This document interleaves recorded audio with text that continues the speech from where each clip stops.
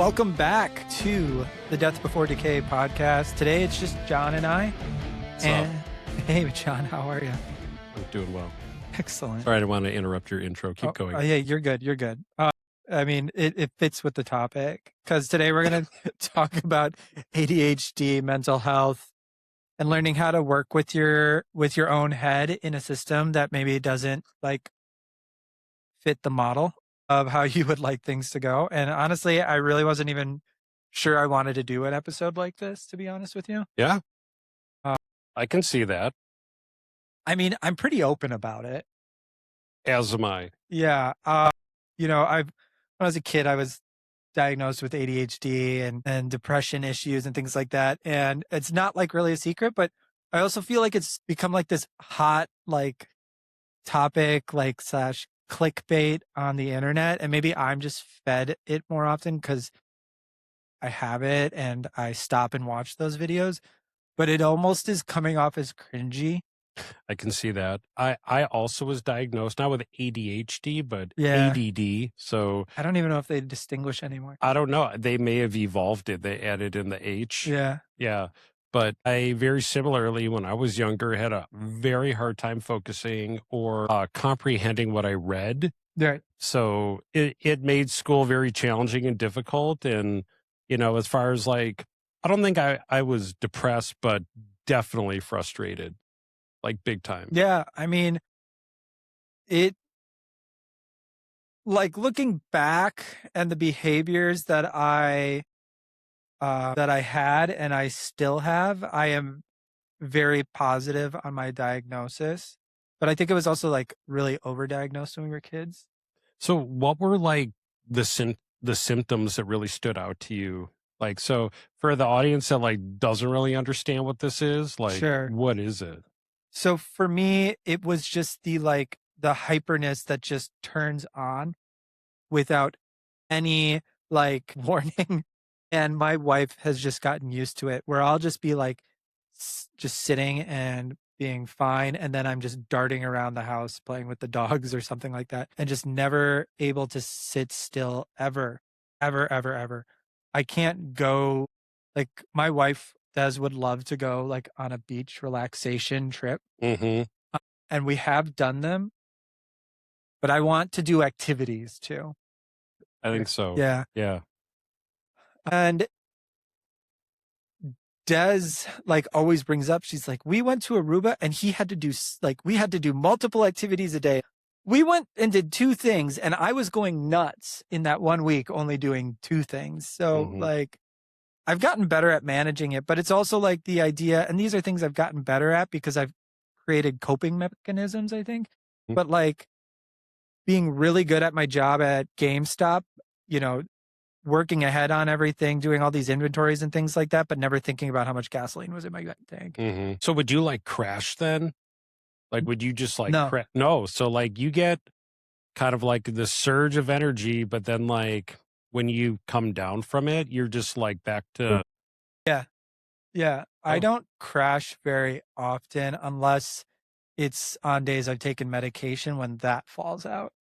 Got it. So, I mean, I've been medicated since I was 8 years old. And at this point, I don't ever, it honestly scares me to think about getting off of it completely. I don't take it on weekends and I haven't for most of my life, but like the days that I don't take it, I'm pretty good. Again, I've developed coping mechanisms, but it would be like walking around without your glasses on it for anyone who's like nearsighted or something like that. Yeah, you could probably get through your day just fine, but wearing your glasses would make your day a lot easier. Yeah, it presents a lot of challenges. And the glasses reference is great because when I don't have my glasses on, like right now, I do this a lot.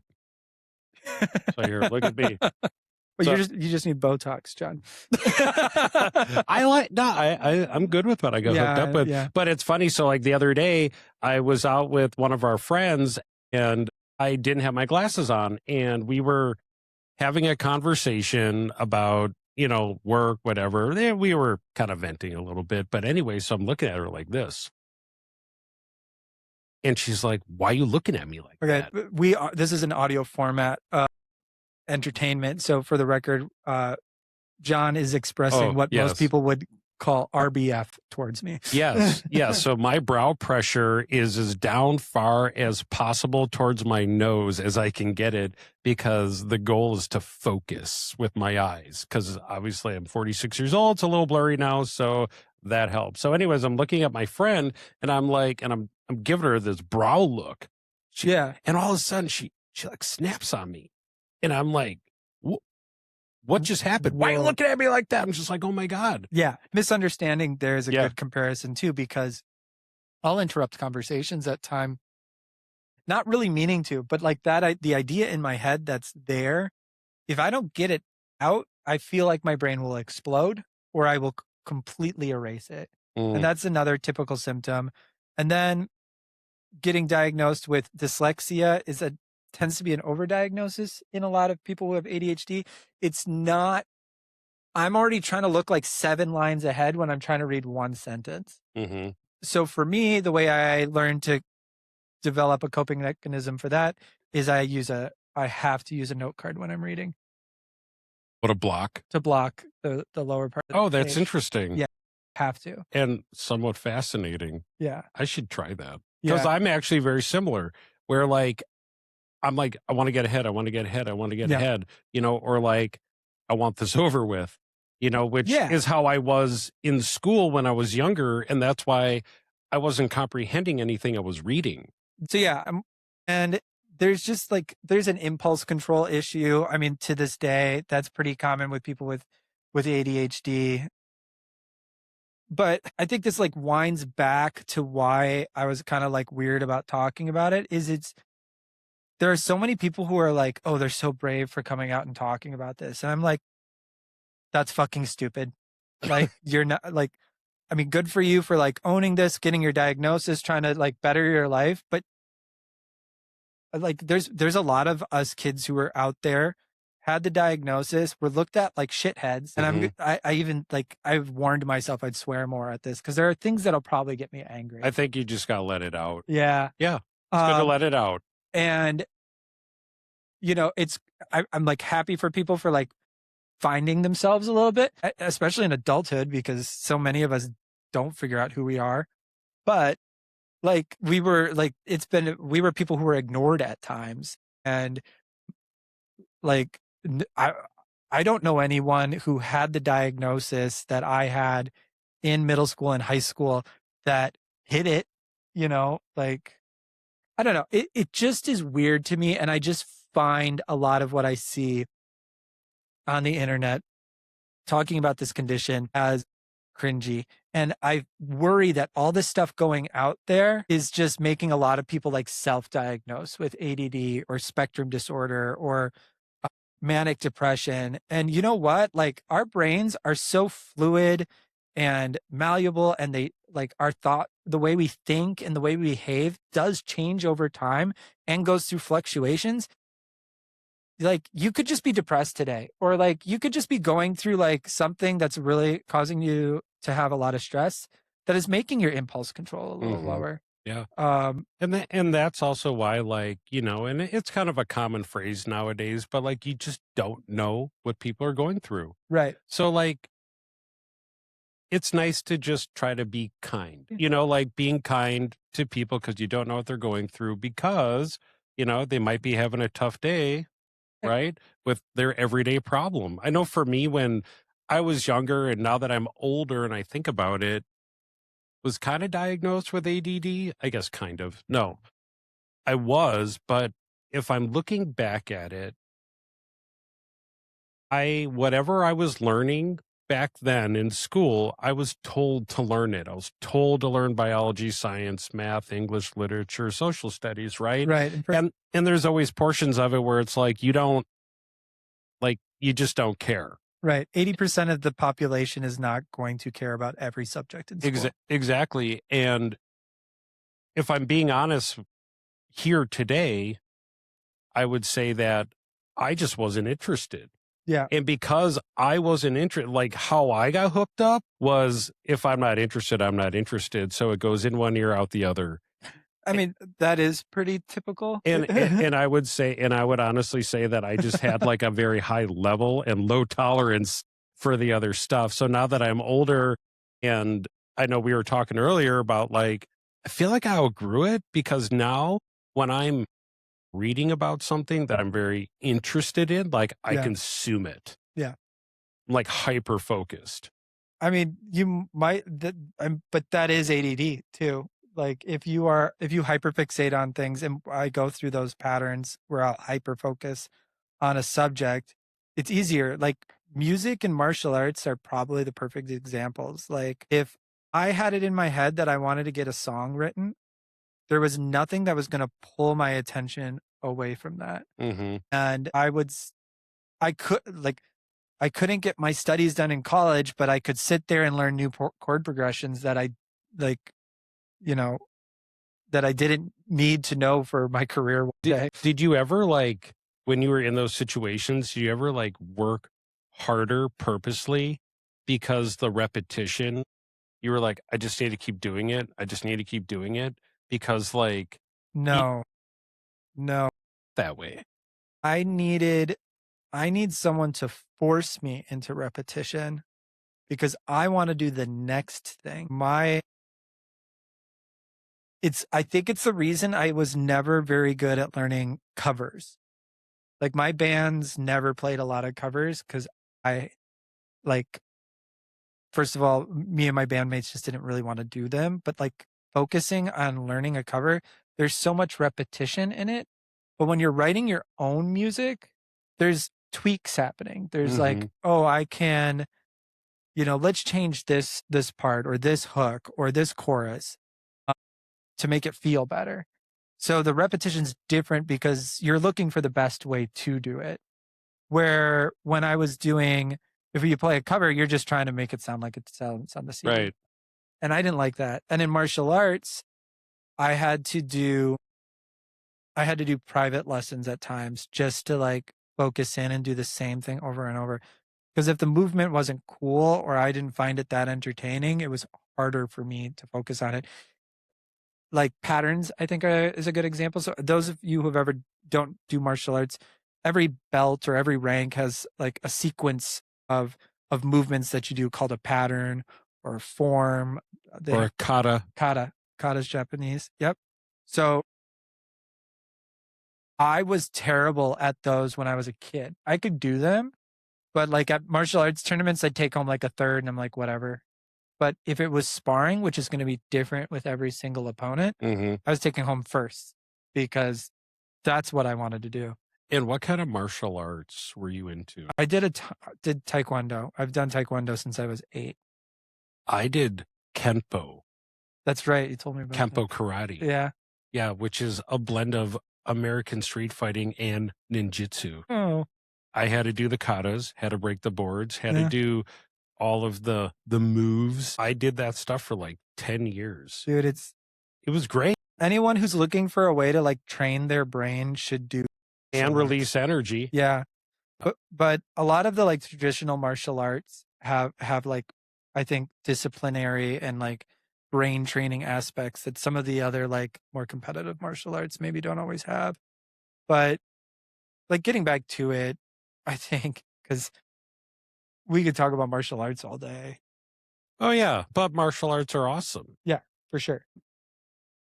So at this point, you know you had ADHD, Yeah, I was diagnosed when I was diagnosed 8. with it.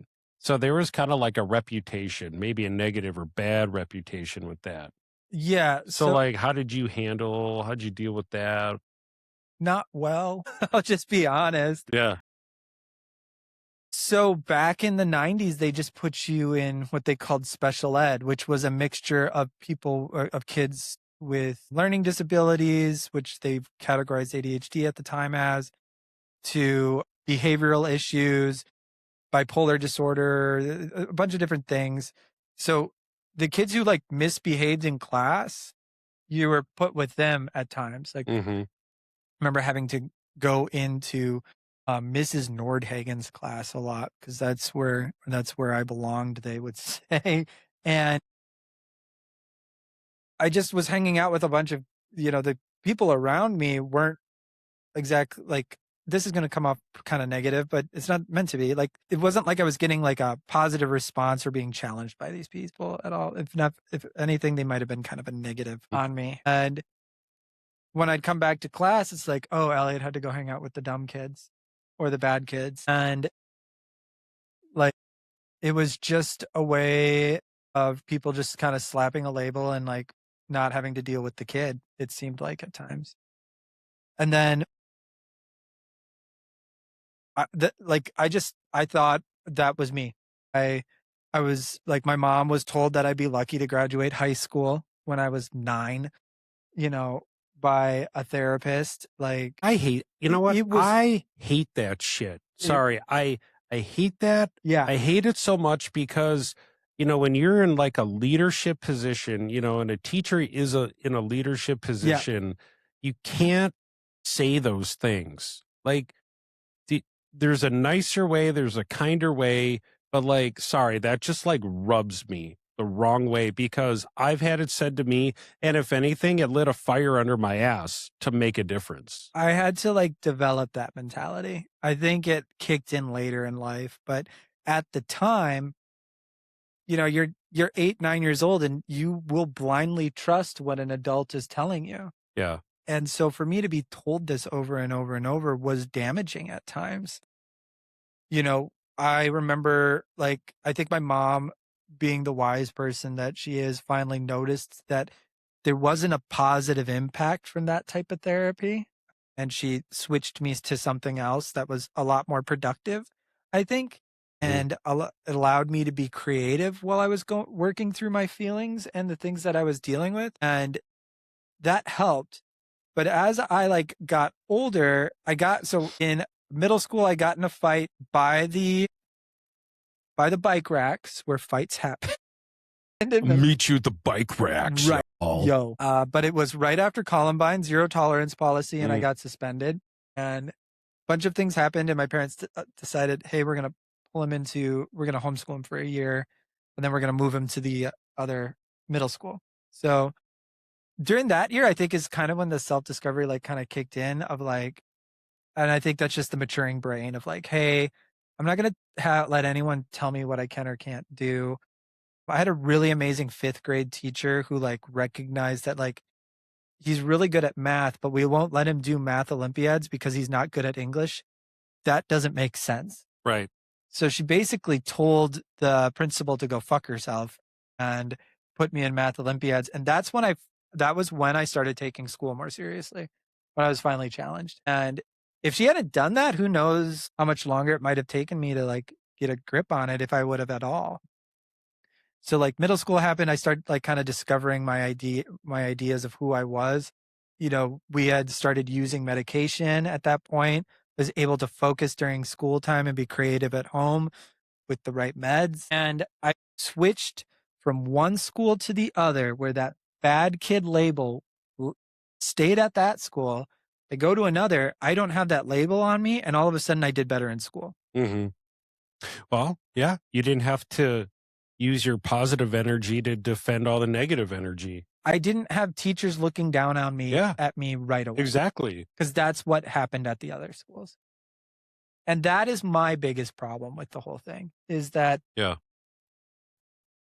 I didn't need special attention all the time. There were just certain things I needed extra help with, like the English and written language side of things. But there was no like help for that. It was just, hey, you go with all of the kids who are struggling with something, with any part of school. We're going to lump you all together. But it just, that classic education system just, I knew was never going to work for me. So yeah, as soon as I was able to like ditch that label, I started doing well in school. Yeah, and I also like if you compare your earlier years in school to your later years in school, like when you're going through your dentistry program and doctorate, Yeah. right? So like I know for me, grammar school, middle school, high school, man, my level of effort didn't exist. My level of trying, just all the things. Like if I take a look back and if I were that doctor that was like, okay, he's got ADD, I would have gone with he's lazy and doesn't care. I Yeah. kind of feel that way a bit. Maybe I'm on the cusp You of could it, just have a mild issue a of mild issue, but like, when I went to college, the f- I had economics first test, fucking failed it. All those same feelings came back to me around like, oh, here we go again. yeah, Level of effort you put in was nothing, and you expected to do well, and yeah. I got an F. Yep. And then that was I was here's what's different, right? Like, I had a family, I had people counting on me, all the things. And like, then I was like, I got to turn this around. So long story short there, I ended up graduating college with like a 3.7 GPA, and that first test that I did was the last grade that I ever got like that again. Everything else was A's and B's. I And I think was like, how come I couldn't do that in high school? your focus changed. Yeah. That happens to me too. When I'm at my lowest point, like mentally, the fact that I have people that are relying on me helps me Mhm. see past it. Like, yeah, I feel like my energy is drained today. I feel like absolute garbage. I want to sit in a dark room, but I have patients waiting for me in the other room. I've got staff that depend on me. I'm going to pull myself through today. Yeah. And, but yeah, I think like when we just kind of like rounding this up, this topic, like I genuinely thought I was a bad kid. I did not understand that my brain just worked differently. I thought there was something wrong with me, like at my core. Right. And it's because I had adults telling me that. I had adults at church, I had adults in school telling me that. And that's damaging. It is. Yeah. It is. Like I was 9, you know? So I, And it happens at all stages of your life. yeah. When and and it's no different than what someone tells you what you're worth or what you're capable of, like, it's not cool. Right. So what I realized as I got older was that there was like hidden strengths to this. Absolutely.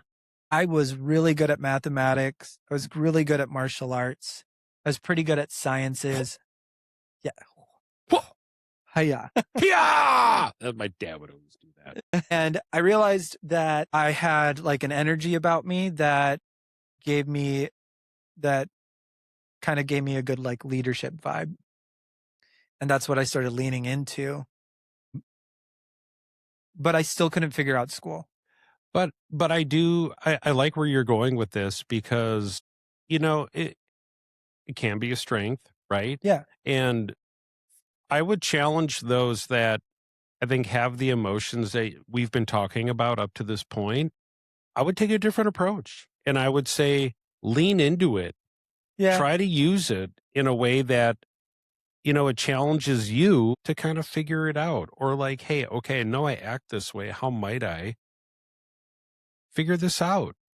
Try something different, because if this other way isn't working, well, then you really have nothing to lose. Yeah, I would agree. I think one way that I can describe this is that my brain is going in so many directions at once that it allows me to think of a bunch of different solutions to a problem. I think it's Hmm. probably why I liked calculus and algebra so much because there was sometimes multiple ways to solve a problem Yeah. and get the same answer, which is the goal. But you also that's not a superpower all the time. Sometimes you do need to lock in and focus on one thing.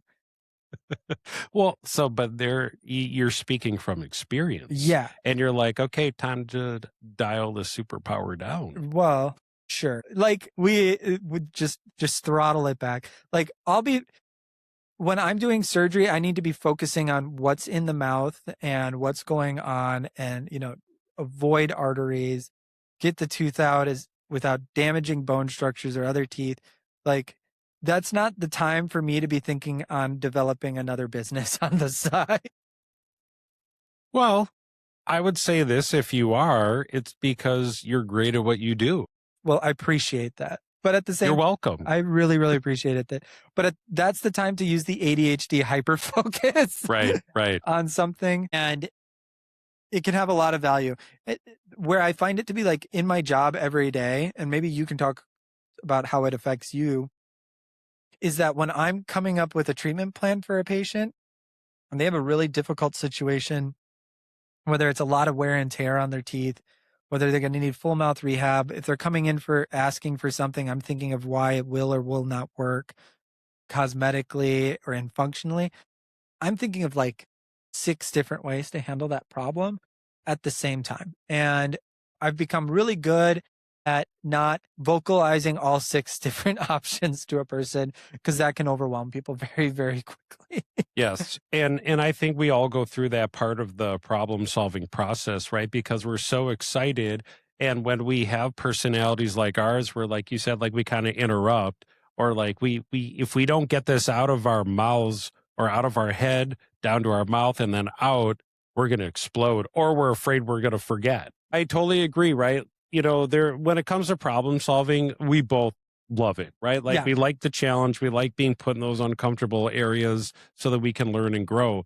But you're right, there's an art form. And I think where I'm at right now, when it comes to solving the problem, I try to lean into some kind of like frameworks on the fly. Like I'll take little bits and pieces of my experience.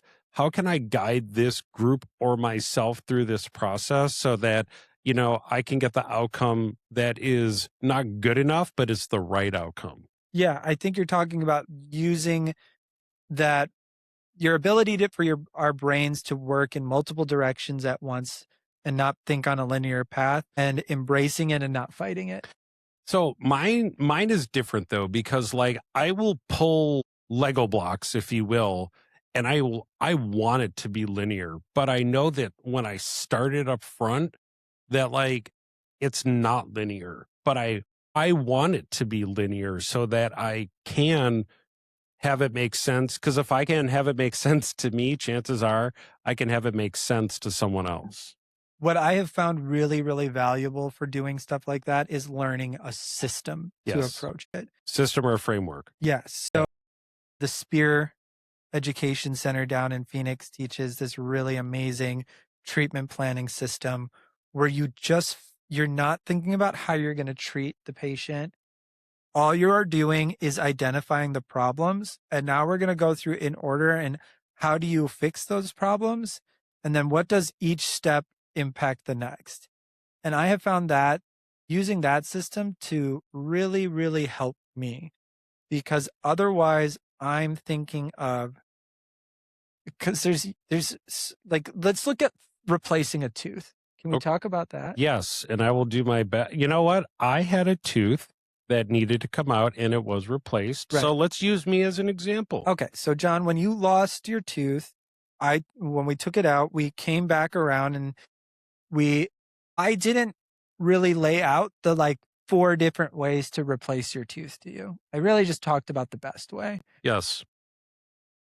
But so I could have put you into a removable partial denture. And then there's like 6 different ways I could have designed that denture to fit your mouth, whether it be what we call a spider denture or a flipper or a cast frame or a flexible partial. Like there's all these different ways to do it. You didn't need to know that. That just needed to stay in my brain. Those are inside thoughts. TMI. And then there's bridges where I have to prep adjacent teeth or I have to figure out a way to bond the tooth between other teeth. Then there's leaving it alone. And then there's implants. The best way to do it is an implant. So that's really all I brought up to you. But there's also different ways to restore the implant too. So having a system where you know what works, what you know is the best way to do that, and then you can pivot within that system, I think is really important. So anyone out there who's like trying to like develop a way to like manage their people, or for dentists and healthcare practitioners who are looking to develop treatment plans and ways to create a system, there's a lot out there. I can only speak on dentistry, but yeah. But when it came down to learning all that, it took time. And it's because the education system wasn't really developed. The traditional I education I system would doesn't fit me. I would agree, but I would also say that, and this is narrow-minded on my part, but the education system and the support and maybe the knowledge and education to help people like you and I get that treated. I don't know if the research was kind of like there yet. Oh, not back then. No, It's way better for kids these days. I will say absolutely. I that. I definitely I definitely feel like from what I've heard there's a lot less. Well, no, I shouldn't say that. Like I was going to go, there's a lot nicer kids. No, they're all fucking mean. All these kids they're so mean today, but I think there's just better support from the teachers or the instructors because, there's more research, there's more data behind it. There's different ways to approach it. There's like you said, Elliot, there's different levels of everything and I think they now have some good foundational Yeah. things where they can test and learn. And I had a great teacher. I had a great fifth grade teacher, Mrs. Roth. I don't know if you're still around, but you were the best. He loved you. Yeah, I did. Like, you look back in your life and there's a lot of, you can probably identify like the most impactful people in your life. Mrs. Roth was one of those for me, where she recognized that I was not going to be able to work within the system, how it was laid out in a curriculum. And you know what? Education systems have to have some sort of like, hey, we've got to go with like the path of least resistance for the most amount of kids. Like we can't customize education to every single kid. And that's okay. I understand. I'm not really bitter about that. But what Mrs. Roth started to teach me was how to beat the system. Yes. Yeah, would give me, okay, we have to do reading. I want you to read a fantasy book. Here is a stack of fantasy books. Read the back of them, look at a few pages, and you pick which one you want to read rather than me assigning one to you. So during fifth grade, I probably read the most books that I ever did in school, period, because I had like, she taught me to enjoy reading for the Mhm. first time. And then she fought to get me in math Olympiads, which was like, it's probably not around anymore, but it was like, hey, we're going to sit down and in fifth grade, you're going to like learn basic algebra and things like that. And I remember sitting there in school and going, holy cow, this is the first time I'm challenged. So this is what education can be like. And then I went through, middle school and high school and I did really well. I had certain teachers who understood me better than others, but I never accepted that like, hey, ADHD is like this big excuse to do anything or to act anyway or to not do well in school. College was really, really, really hard for me. Like, and I think that's where I started like struggling with my identity again because it's all self-driven. It's not like you're being dropped off by your parents at school every day. And it's a lot of reading. It's a lot of writing. And I wasn't good at either of those things. Nor was I good at having the self-discipline to just show up to class. So I dropped out after 1 year of college. I was miserable. And when I went back, there was this newfangled thing called YouTube with educational videos on it. Mm. YouTube helped so much. Like I can't articulate how much like YouTube helped me get through different history courses and things like that. Because if I could just watch a documentary on the subject what we were talking about in American history, I found the reading to be easier. I You enjoy YouTube. I love YouTube. I love that it's on my Apple TV. This episode is not sponsored by Apple TV, but thank you, Apple TV, for having YouTube on my TV. Yes. Anyways, um, learning to beat the system, especially nowadays with where we are with our software and technology, with artificial intelligence and the language models. I would love to see data and research around, a young child that, has learning disabilities, but, with AI, you can now be taught a curriculum and it can be tailored to your interests. It can be tailored to your learning style. To your point, you're a visual learner, right? Maybe less audio or, just like reading, whatever, comprehending, but like you could be like, I love Back to the Future and I want a Back to the Future themed algebra course. And great Scott, you would do an amazing job. So Yeah, and I feel like that's part of the education system that, if it's not being adopted now, it will be. Like when you enter the school system, you are now going to have your AI buddy, whether it's Claude, ChatGPT, Gemini, whatever it is, Copilot, whatever. But like there will be a buddy, a guide, something to yeah, bounce ideas off of, or like you can find a way to learn in ways that you haven't before. And I think when we have ADD, ADHD, like those are things that will enhance the overall experience and hopefully raise your confidence level that like there's nothing wrong with you. That's just what you got hooked up with. And yeah, that's okay. yeah. It's funny that you bring up AI right now because, like, my creative side and things like that really didn't want to work with AI as much as I do. But what I found is that I can dump all of my ideas into ChatGPT and it can spit it back to me in an organized way. And I can be like, I don't want your interpretation of this. I don't want your ideas about it. I just want it to be organized. And that helps tremendously because I need things to be hyper organized Mhm. because my brain is so And disorganized. linear, right? You Yeah. want it linear. Absolutely. Especially if I'm trying to explain it to somebody else, like my staff. So my staff will be like, you let ChatGPT write this, laughing at me. And I'm like, yeah, because if I wrote it, you'd hate it. That's funny. But I also want to push back on something you said here about, us adapting and creating custom education or custom like accommodations. I think that can go too far because it is a huge culture and like mental shock to enter the real world because they don't care. Like the rest of the world doesn't care how you learn. People are not going to accommodate for you in a job, in a high stress job, unfortunately. Well, Especially right out of school. I think it depends on the company and the culture, number one. Like what does the support look like for that kind of encouragement or behavior? Uh, Sure. well, I mean, I agree. I agree. like I no have one needs to know how the sausage is made. If as long as you're performing and you're doing the job and the role, then like that is that is a good point because I have probably more than one, but one specific in mind employee who has ADHD, and all the things that drive me nuts about her, like it makes sense.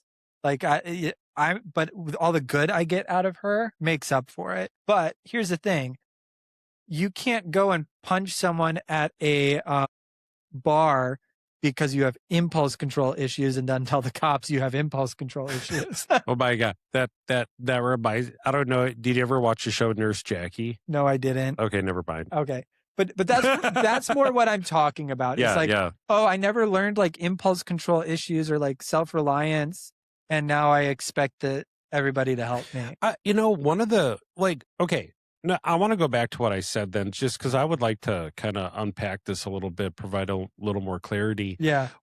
If I had a tool like Claude when I was in middle school, high school, I would have done better. But half the reason was when I tried to study, I didn't remember what we taught in the classroom. You know, grammar school notes, they're ridiculous. Give me a break. You know, Sure. they don't even what is that? A fifth grader taking notes? Come on. And then when I'm in high school, if I could have just had something to help me push through the, cumbersome nature of studying when I was already struggling to like learn, like it would have, if I could That's have a good point. had a tool to be like, okay, here's what I need to learn. Help me learn this because I'm struggling to learn it. Help me make sense of it. Blah, blah, blah, blah, blah. And like that relationship that you can create with a language model, you know, from now until however long you use it, it will continue to refine and adapt to your style. Even if you start pivoting, it will pivot with you. Yeah, that's a good point too. And I can think of like back in college, especially just notebooks upon notebooks of notes, recordings of lectures, Highlighting all these things. PowerPoints. Yeah. And do you know what I would do in the end anyway? I would rewrite all my notes. And that took a huge amount of time and energy. Mhm.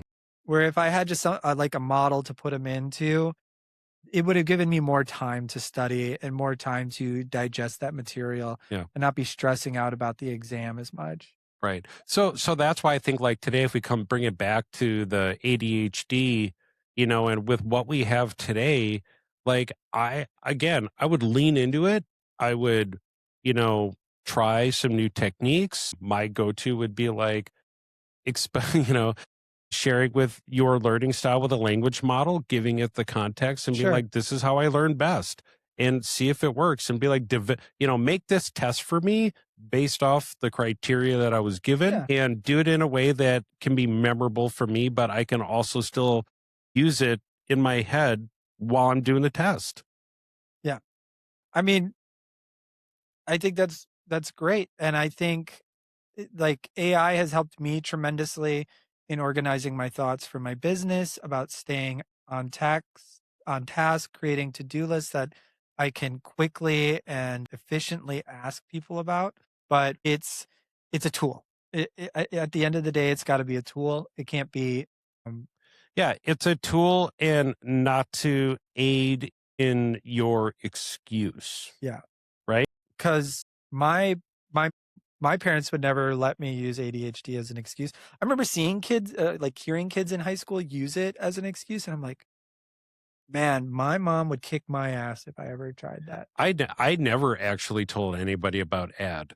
Really? Yeah, I would call it ad. And I mean, I mean, I didn't hide it, but I wasn't like broadcasting Well, it. no one else was talking about it. Right. No one else was talking about it. I didn't really know what it was, and I wasn't even sure if it was true or not, and I will go with I was stubborn, probably more than I was distracted, but there again, there's a little bit of it. But anyways, like it's not an excuse to like not do something, Right. right? Exactly, because when it came down to it is that I could overcome those issues, and it developed like a real like grit and like thick hide on me about certain things where it was like when I got told I couldn't do something, it Mhm. made me a little bit more like screw you, I'm going to do it anyway. You know, When someone tells you like when someone tells you what to do, like in a negative way, it's like it's almost like when someone tells you how to work. yeah, I enjoy proving people wrong a lot. I just don't tolerate it. Like, don't tell me how to work. I'm at a point in my career and, I'm open to feedback, like all that stuff, but like, don't tell me how to work. Right. And the reason that I wanted to talk about a lot of this stuff, when it comes down to it, you're not alone. Hmm. There are a lot of people that are dealing with the same things that you are dealing with, and it is okay to ask for help. Absolutely. Like when I got out of dental school, the first thing I did was find a therapist to have someone to talk to and to yell at and to deal with the emotional turmoil of leaving academics for the first time and entering a workforce with a high stress, high demanding job. If you need that or you think you need that, you need to explore it. At the end of the day, you are not alone. And I want like that to be a big thing because we talked about mostly ADHD today, but a lot of people who are dealing with ADHD are dealing with depression in some capacity Yeah. because they feel alienated and alone at times. One of the darkest moments I went through in dental school was right after I had to retake a board exam, and I remember reading a book called, or listening to audiobooks, because again, reading sucks. I was building furniture because I needed to do something. So I went and bought a bunch of wood and I was building a patio set for my back deck. And I was listening to this book called The Way of Kings.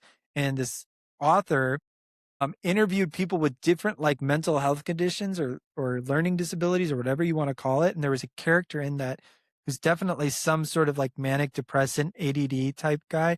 And I remember him writing like his experiences and thoughts down and like listening to that in an audiobook and like breaking down and like realizing for the first time that somebody else had to be going through what I was going through because there was no way that they could have put my brain onto paper like that otherwise. Hmm. So, anyone who's dealing with this in a professional setting, in a cultural setting, in a socio setting, or even in a relationship setting, ask for help. Talk with your friends, your family, your partner. Talk with a therapist. Don't be embarrassed Don't either. be embarrassed. Like Yeah. own it. Yeah. Lean into it. Yeah. I It, don't think you need a jacket that says I have ADHD and depression on the back. Like I no. think that's too far. Yeah. That'd be like someone with low testosterone creating a whole line of clothing called LT. Yeah. Is that a thing? I may have thought about it. Like a shorts with an LT that's I like that. like on the lower part of the Yeah. knee. So it's like low T, like legit. Anyways, yes, you got to lean into it. Yeah. Don't be embarrassed. Like, there's nothing, there's nothing wrong with you. Like there's, No, we I, live in I we w- live we're human beings. There's a spectrum of how our brains work. it's what you do with it. Right. Yeah. And if you can kind of push through things and you find ways, and that's the thing, it's like you got to find ways to remove those heavy, cumbersome, overwhelming things that build walls where you can't break them down. You have to find ways and problem solve around them so you can break them down, walk around them, or even crawl over them because there's effort. Yeah. When it comes down to it, like if I had listened to all the people who told me that I shouldn't go in, like I'd have a difficulty becoming a dentist, I'd have difficulty in college, that I wouldn't be able to do it, I would have never been able to build the life that I have. Hmm. My Yep. wife and I have been together for 19 years at this point. That's awesome. Uh, we have built a great life. I have an awesome business. I have one of the greatest teams that I could ask for. Two great businesses. Like, I've used the things that were considered kind of the negative things, the impulse control issue, the high energy, the not being able to keep my brain on one task at any given time to create a really good business, to be a leader to people, to a bunch of different people, because I'm trying to see it from a bunch of different points of view and understanding that people think differently. I used like my fixation or my manicness at times to focus in on mastering a skill or a topic at an accelerated rate.